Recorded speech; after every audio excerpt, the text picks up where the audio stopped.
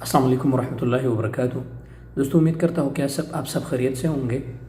दोस्तों एक नए अपडेट आपके साथ शेयर करना चाहता हूँ जिनका जो आज से लागू हुआ है।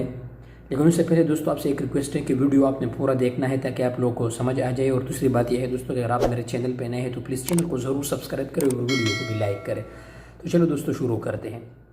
दोस्तों आज से मिना, मुज़दलिफ़ा और अरफ़ात के मैदान में और हरमैन शरीफैन में इन जगहों पर दाखिला ममनू करार दिया गया है। और दोस्तों जुर्माना उसका जो है वो 10,000 रियाल है।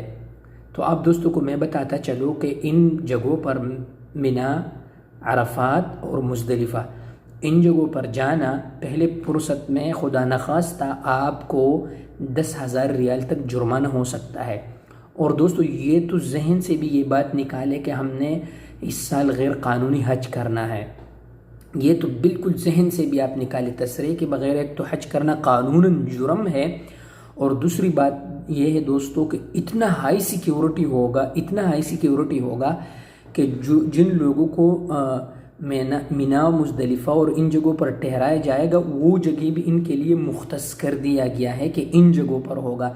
तो वहाँ पर आप कैसे बग़ैर तसरीह के हज कर सकते हैं? तो अगर अल्लाह ने आपको ज़िंदगी दिया तो आप अगले साल भी हज कर सकते हैं, लेकिन इस साल आपको 10,000 रियाल के साथ जुर्माना भी हो सकता है। और अगर दूसरी बार पकड़ा गया तो जुर्माने के साथ साथ आपको जेल भी हो सकता है और आप ब्लैक लिस्ट भी हो सकते हैं। हमेशा के लिए आप सऊदी अरब नहीं आ सकते। तो दोस्तों तसरीह के बग़ैर बिल्कुल हज पर जाना एक तो कानूनन जुर्म है, और अगर आपने जाना भी है दोस्तों, अगर आप पर हज फ़र्ज़ भी है तो आप किसी आलिम दीन से पूछे और किसी आलिम दीन से फ़तवा आप मांगे कि मैं इस तरह हज करता हूँ, क्या ये हज जायज़ होगा मेरे लिए?